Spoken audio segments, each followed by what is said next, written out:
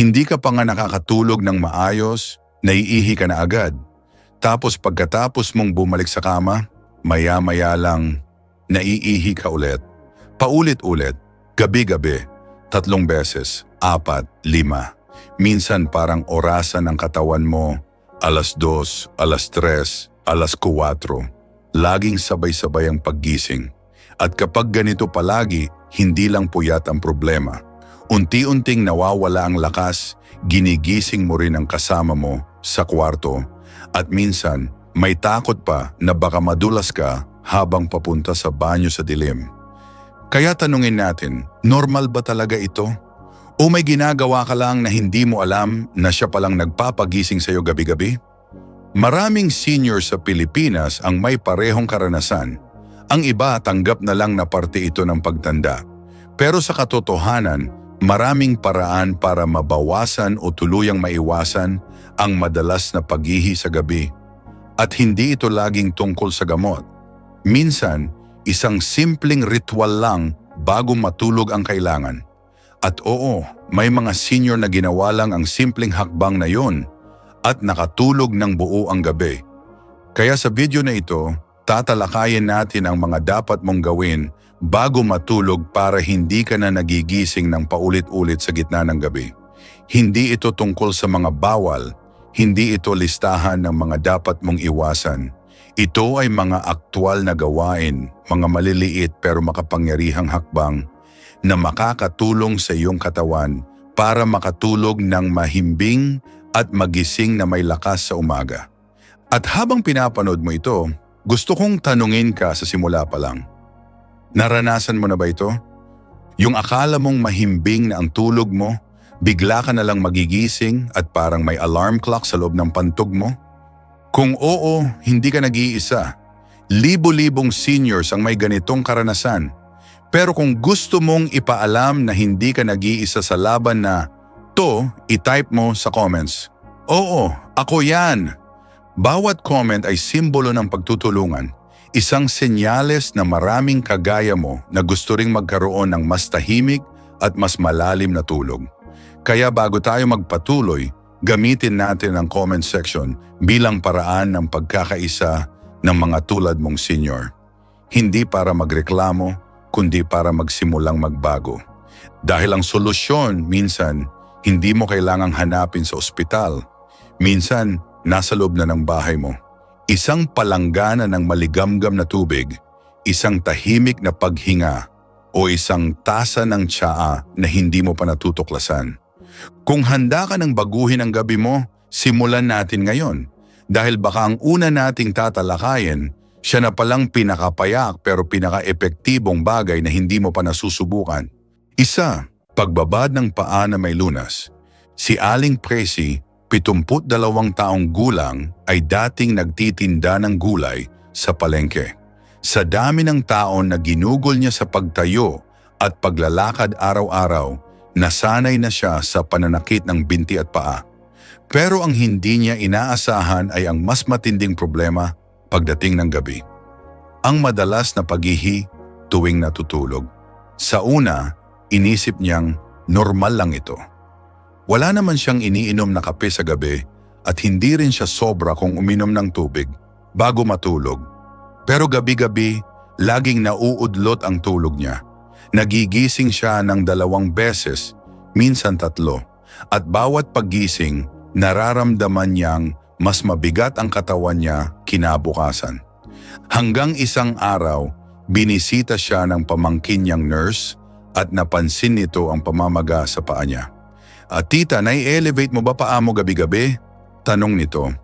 "Hindi," sagot ni Aling Presi.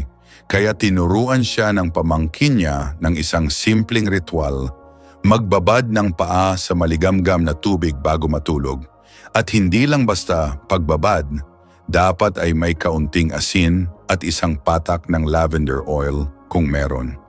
Sa loob lang ng 3 gabi, naramdaman ni Aling Presi ang malaking pagbabago.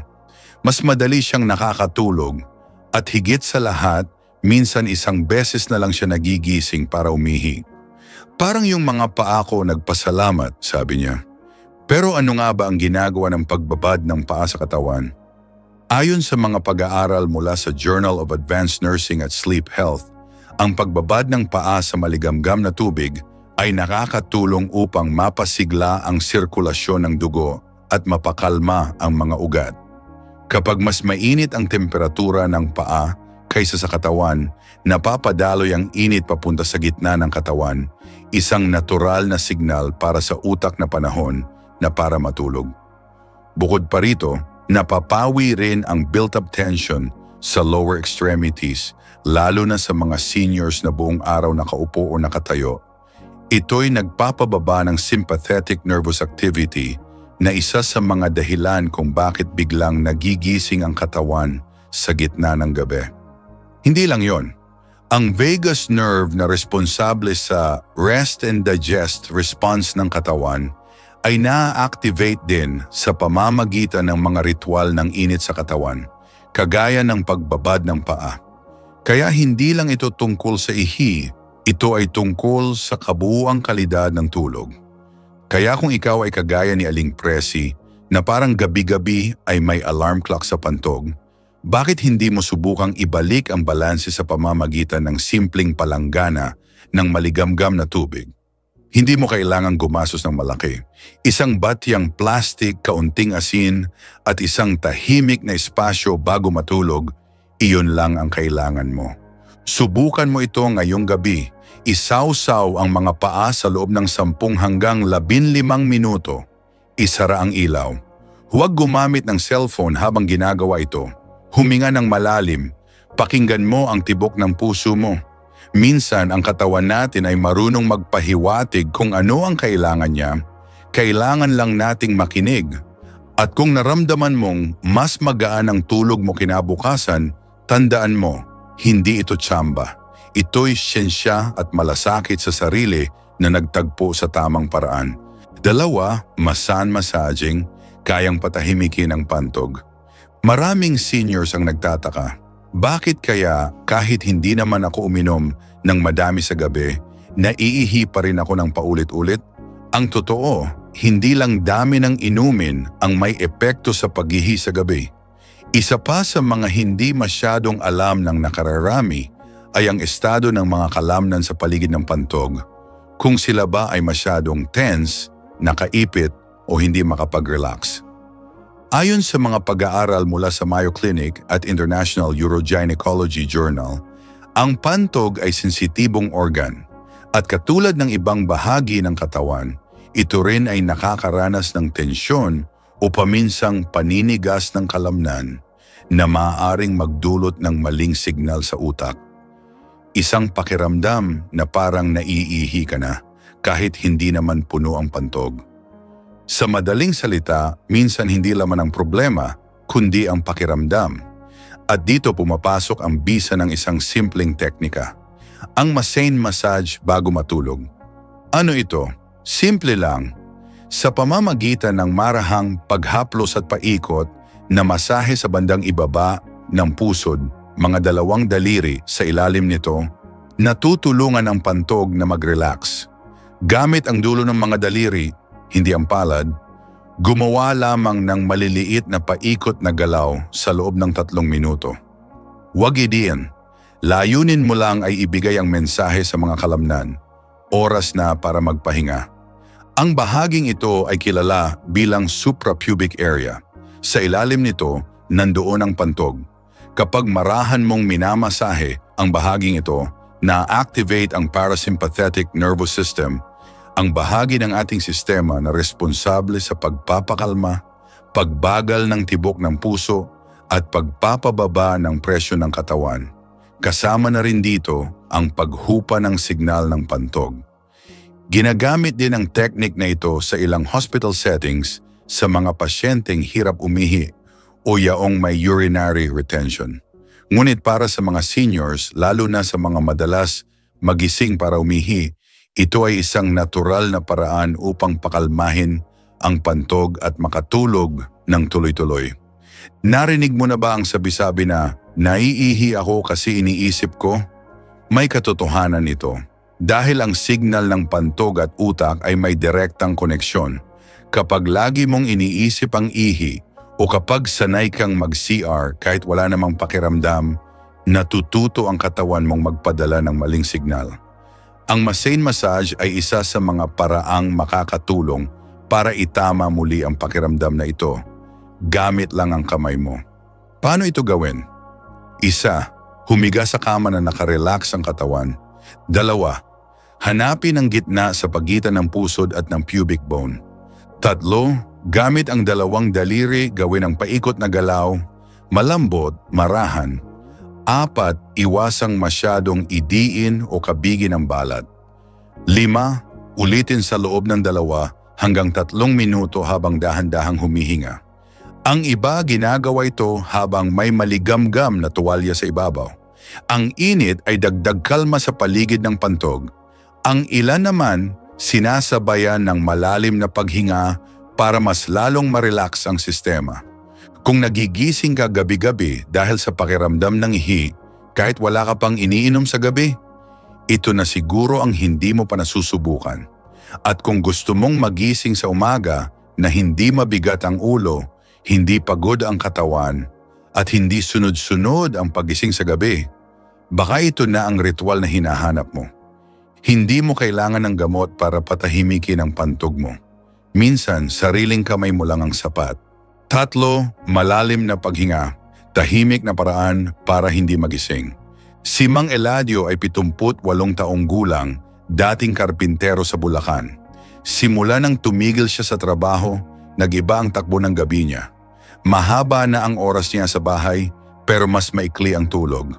Ayon sa kanya, hindi naman siya sobra sa tubig, hindi rin siya umiinom ng kape, at umiiwas na rin sa chichirya. Pero kahit anong gawin niya, palagi pa rin siyang nagigising para umihi. Minsan 2 beses, minsan 3. At tuwing nagigising siya, hirap na siyang makabalik sa tulog. Hanggang isang araw, habang nasa health seminar sa barangay, may tumalakay tungkol sa malalim na paghinga bilang isang paraan upang patulugin hindi lang ang katawan, kundi pati ang pantog. Napakunot noo si Mang Eladio. Paghinga? Akala ko pang yoga lang yan. Pero sinubukan niya pa rin. At sa loob ng 1 linggo, nagulat siya. Hindi siya nakaramdam ng ihi sa kalagitnaan ng gabi. At higit sa lahat, pakiramdam niya, mas buo ang tulog at mas magaan ang katawan pagkagising. Hindi ito milagro. Isa itong prosesong tinatawag sa agham na parasympathetic activation. Kapag tayo ay humihinga ng mabagal at malalim, pinapababa nito ang aktibidad ng utak, pinapalma ang mga kalamnan, at pinapatahimik ang mga organs kasama na ang pantog. Ayon sa National Sleep Foundation at Harvard Health, ang paggamit ng tamang teknik sa paghinga bago matulog ay maaaring magpababa ng heart rate, blood pressure, at bladder tension. Sa madaling salita, ang katawan ay pinapasok sa tinatawag na rest mode, kung saan ang signal na gisingin ka para umihi ay nababawasan. Isa sa mga pinakamadaling paraan ay ang 4-7-8 technique. 1. Huminga ng dahan-dahan sa ilong sa loob ng 4 na segundo. 2. Pigilan ang hininga sa loob ng 7 segundo. 3. Pagkatapos, dahan-dahang ilabas ito sa bibig sa loob ng 8 segundo. 4. Ulitin ito ng 4 na beses bago pumikit. Ang teknik na ito ay hindi lang basta pampakalma. Sa maraming seniors, lalo na yung sanay ng magising ng 2:00 ng umaga para umihi, ang ganitong breathing exercise ay nagbibigay ng panibagong pattern sa katawan. Isang mas kalmadong estado na mas malalim ang tulog at hindi basta ginigising ng kahit bahagyang tensyon sa pantog. May ilan na sinasabayan ito ng mababang background music. May iba na may ginagawa ito habang nakapatay ang ilaw at may maligamgam na tuwalya sa noo. Ang mahalaga, maramdaman mong bumabagal ang lahat. Ang pag-iisip, ang tibok ng puso, at ang tensyon sa katawan. Kung sa tingin mo ay maliit na bagay lang ito, isipin mo ulit. Minsan, ang problema ng katawan ay hindi dahil sa kulang sa gamot kundi kulang sa kalmadong sandali. Sa isang mundong puro alerto, puro ilaw, puro ingay, Ang katawan ng isang senior ay naghahanap ng katahimikan at ang malalim na paghinga ang pintuan papunta roon. Subukan mong gawin ito mamayang gabi bago pumikit. Walang cellphone, walang TV, walang istorbo.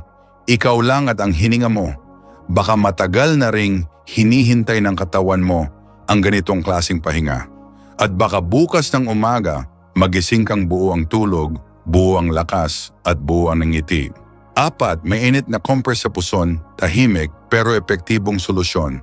Kung madalas kang giniginaw sa gabi, tapos maya't maya pa ay naiihi ka, baka hindi mo alam na magkaugnay pala ang dalawa. Sa katawan ng isang senior, ang simpleng lamig ay hindi lang basta discomfort. Minsan ito'y nagiging trigger ng bladder activity. At ayon sa mga urologists mula sa Cleveland Clinic at National Institutes of Health, ang lamig sa paligid ng puson ay maaaring magpataas ng bladder pressure, na siyang nagdudulot ng biglaang pag-ihi sa 10 oras ng gabi. Ngunit ang simpleng lunas na ito ay hindi halos nababanggit. Mainit na kompres sa puson bago matulog. Maaaring isa lang itong simpleng tuwalya na binasa sa maligamgam na tubig at piniga. Ilagay ito sa puson habang nakahiga. Tumatagal ng 10 hanggang 15 minuto. Ang init ay hindi lang pampakalma, ito ay nagpaparelax sa mga kalamnan sa pelvic region at nagbabawas ng nerve activity sa pantog. Hindi kailangan ng mamahaling kagamitan. Hindi mo rin kailangang lumabas ng bahay. Isang maliit na towel, kaunting mainit na tubig mula sa kettle at isang payapang kwarto, iyon lang ang kailangan mo para magsimulang maramdaman ang epekto. Ang init ay may direktang epekto sa tinatawag na detrusor muscle, ang pangunahing kalamnan ng pantog. Kapag ito ay masyadong aktibo, kahit kaunting laman lang ay nagpapadala na ng signal sa utak na naiihi ka na. Pero kapag pinainitan ang paligid nito, nababawasan ang excitability ng nerves. Mas lumalalim ang tulog, mas humihina ang urgency, at mas bumababa ang posibilidad ng paggising sa kalagitnaan ng gabi. May ilan na sinasabayan pa ito ng masahe o ng pag-inom ng maligamgam na inumin habang nakakompres. Wala namang masama, pero tandaan, sapat na rin ang simpleng init para magsimula ang pagbabago. Ngayon maaaring iniisip mo, bakit ngayon ko lang ito narinig? At kung ganito ang nararamdaman mo, may tanong kami. Nakakaabot ba sa iyo ang ganitong klaseng impormasyon? Kung hindi pa, baka panahon na para i-click mo ang subscribe button ng Gintong Edad. Bakit? Dahil bawat linggo, may mga payo kaming gaya nito, simpleng hakbang, abot kaya, pero may malalim na epekto sa kalusugan mo. Hindi para guluhin ka, kundi para alagaan ka. Kung katulad mo rin ang kaibigan mong si Mang Andoy, na laging nagre-reklamo na giniginaw siya pero hindi niya alam na iyon pala ang dahilan kung bakit nagigising siyang naiihi, bakit hindi mo siya i-share ng ganitong tip? Baka ito na ang simula ng mas tahimik na gabi para sa kanya. Hindi lahat ng problema ng katawan ay kailangang gamutin ng gamot. Minsan sapat na ang pag-unawa sa kung ano ang nangyayari sa loob mo at ang pagbibigay ng init sa tamang bahagi ng katawan. Subukan mo ngayong gabi. Hindi ito mahirap, pero ang epekto baka ikagulat mo. Dahil minsan ang hindi pinapansin ang siyang may pinakamalaking epekto. 5. Guided imagery. Ang lakas ng imahinasyon sa katahimikan ng gabi. Si Lola Elma ay 76 na taong gulang. Noong kabataan niya, siya ay guro sa elementarya, kilala sa pagiging mahigpit pero mapag-alaga. Ngunit ngayon, ang pinakakinatatakutan niya ay hindi na ang ingay ng silid-aralan, kundi ang katahimikan ng gabi. Araw-araw ayos ang kanyang lakad, nakakapagluto pa at nakikipagkwentuhan sa mga kapitbahay. Pero tuwing gabi, parang may kaaway siyang hindi niya makita, ang paulit-ulit na paggising para umihi. Lahat na raw ay sinubukan niya, pagbabawas ng tubig, pag-iwas sa malamig na inumin, pagtaas ng paa. Pero ang paggising sa 2:00 ng madaling araw ay parang orasan, hindi pumapalya. Hanggang sa isang araw, habang nanonood siya ng health program sa telebisyon, napakinggan niya ang tungkol sa guided imagery, isang technique kung saan ginagabayan mo ang sarili mong isipan sa pamamagitan ng tahimik ngunit malinaw na imahinasyon. Hindi mo kailangang magbasa, hindi mo kailangang gumamit ng kahit anong bagay. Kailangan mo lang ng mataimtim na pag-iisip at tahimik na paligid. Sinubukan ito ni Lola Elma. Bago matulog, pinikit niya ang mga mata at inisip ang sarili na naglalakad sa tabing dagat. Pinapakinggan niya sa isipan ang hampas ng alon, ang banayad na hangin at ang buhangin sa kanyang mga paa. Sa bawat hinga, iniisip niyang lumalayo siya sa ingay, lumalayo sa problema, lumalayo sa pantog na palaging nagpapagising sa kanya. At alam mo ba ang nangyari? Sa unang gabi pa lang, hindi na siya nagising para umihi.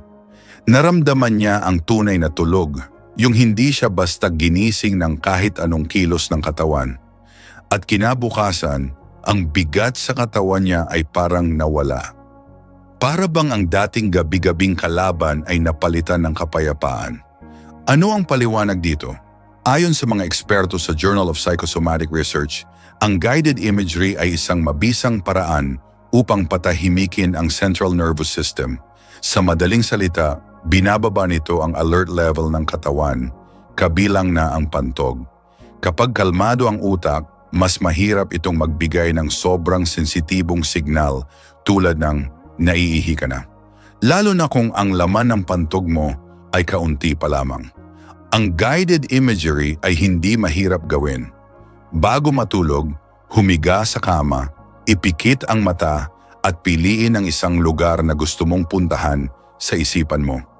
Maaari itong dagat, bundok, lumang bahay o kahit simbahan. Isalarawan ito ng detalyado, kulay, tunog, amoy, temperatura. Damhin mong ikaw ay nandoon. I-relax ang katawan, huwag pilitin. Hayaang lumutang ang imahinasyon sa sariling ritmo. Ang mahalaga ay mawala ang tensyon.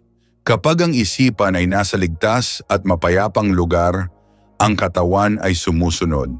At ang mga muscles ng pantog ay mas nagiging kalmado, mas mababa ang reaktibidad at mas tuloy-tuloy ang tulog. Subukan mo ngayong gabi. Kung sawa ka na sa paggising ng 2:00 para umihi, baka hindi katawan mo ang kailangang ayusin, baka isipan mo. At sa katahimikan ng gabi, minsan ang pinakamaingay ay ang takot natin na muling magising. Pero kung gabayan mo ang sarili mong isip sa direksyong mapayapa, baka magulat ka, ang tulog mo ay maging buo, mahimbing at makapangyarihan. Bonus natural na inumin na pwedeng magpatahimik ng pantog. Marami sa ating mga senior ang naghahanap ng simpleng inumin bago matulog, yung hindi lang pamparelax kundi nakakatulong din para hindi na magising sa gitna ng gabi para umihi.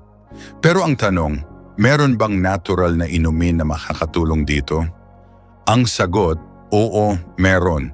At hindi ito mahal, hindi ito mahirap hanapin, at higit sa lahat, makikita mo lang ito sa mismong kusina mo. Isa sa mga pinaka-rekomendadong natural na remedyo ay ang tsaa mula sa buhok ng mais. Oo, yung manipis na hibla na karaniwang tinatapon kapag bumibili tayo ng sariwang mais sa palengke.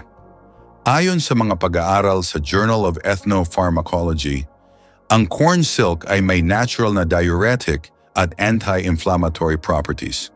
Ngunit huwag kang malito.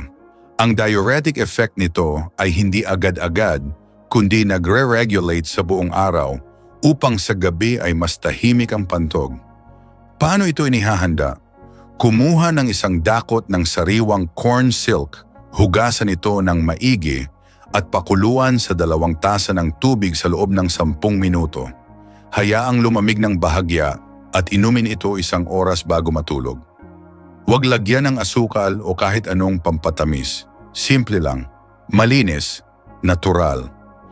Ayon sa mga seniors na nakaranas nito, may 2 epekto ang corn silk tea. Una, pinapatahimik nito ang daloy ng ihi sa gabi. Pangalawa, mas nakakagaan ng pakiramdam sa umaga. At dahil may banayad na epekto sa kidney at pantog, mas nagkakaroon ng balance ang fluid management ng katawan. Kung wala kang mahanap na corn silk, may isa pang alternatibong inumin, banana peel tea o tsaa mula sa balat ng saging. Sa unang tingin, parang kalokohan ito, pero sa agham, may basehan ito. Ang balat ng saging ay may taglay na magnesyo at potasyo na tumutulong sa muscle relaxation, kasama na ang kalamnan ng pantog. Bukod pa rito, meron din itong tryptophan, isang compound na tumutulong sa melatonin production, ang hormone na nagpapahimbing ng tulog. Paghanda nito ay madali rin. Kumuha ng isang buong balat ng hinog na saging, hugasan ito ng mabuti, gupitin sa maliit na bahagi, at pakuluan sa 2 tasa ng tubig sa loob ng 10 hanggang 15 minuto. Hayaang lumamig ng kaunti, salain at inumin 30 minuto bago matulog. Paalala lamang, hindi ito magic potion, hindi ito instant. Pero kapag isinama sa iba pang ritual tulad ng pagbabad ng paa, mainit na compress at guided imagery, mas malaki ang posibilidad na hindi ka na magising ng 2:00 o 3:00 para lang umihi. At higit sa lahat, ito ay ligtas. Walang chemical, walang komplikadong instructions. Ito ay galing sa kalikasan at maaaring makuha mula sa araw-araw mong pamumuhay. Ang katawan mo ay hindi kailangang lumaban gabi-gabi kung matututunan mong ibigay sa kanya ang tamang kondisyon para magpahinga. Kaya kung may mais kang nabili ngayon, huwag mo nang itapon ang buhok nito. At kung mahilig kang kumain ng saging, ihiwalay mo ang balat para sa iyong gabi. Dahil minsan, ang gamot ay hindi nabibili sa botika, nasa basura lang pala ng kusina. Buong gabi, buong lakas. Ngayong narinig mo na ang 6 na ritual bago matulog, kasama ang isang bonus na inumin, baka iniisip mo, kaya ko ba talagang baguhin ang gabi ko? Ang sagot namin, oo, dahil ang bawat gabing tahimik ay simula ng mas malakas na umaga. Ang bawat simpleng hakbang ay binubuo ng panibagong lakas. Hindi ito kailangang gawin sabay-sabay. Magsimula ka lang, kahit isa lang na ngayong gabi, at hayaan mong ang katawan mo ang magsabi kung alin ang gumagana. Sa dami ng taon na ginugol mo sa trabaho, sa pamilya, sa pagsuporta sa iba, ngayon ikaw naman, gabi na ang oras mo.